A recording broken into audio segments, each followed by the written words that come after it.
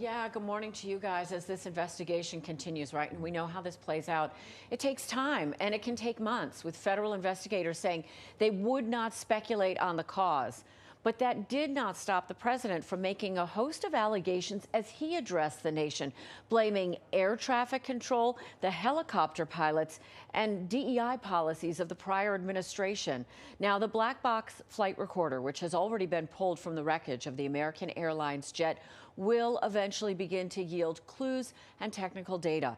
That crash taking the lives of all 64 passengers and crew members aboard the plane on its final approach as it fatally collided with an Army Black Hawk helicopter flying a nighttime training mission. There were 3 soldiers on board there.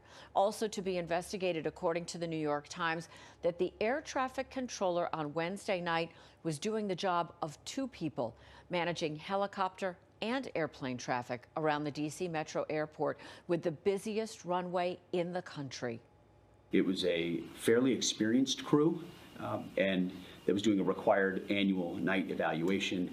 They did have night vision goggles. Do you blame it on the air traffic controller, too, in addition to the pilots? Maybe the pilots' fault. They should have seen it.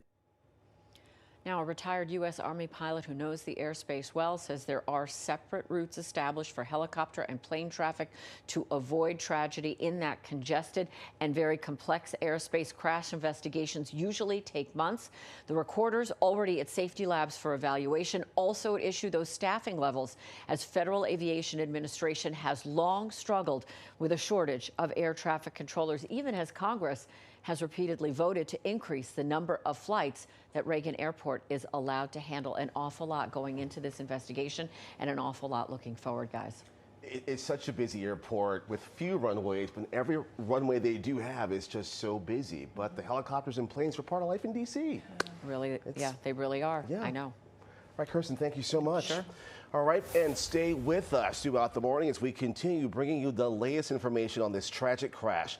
Our Grace Gomez tells us what we know about the victims coming up in the next half hour. You can also find updates both on air and online at pix11.com and streaming on Pix 11 Plus.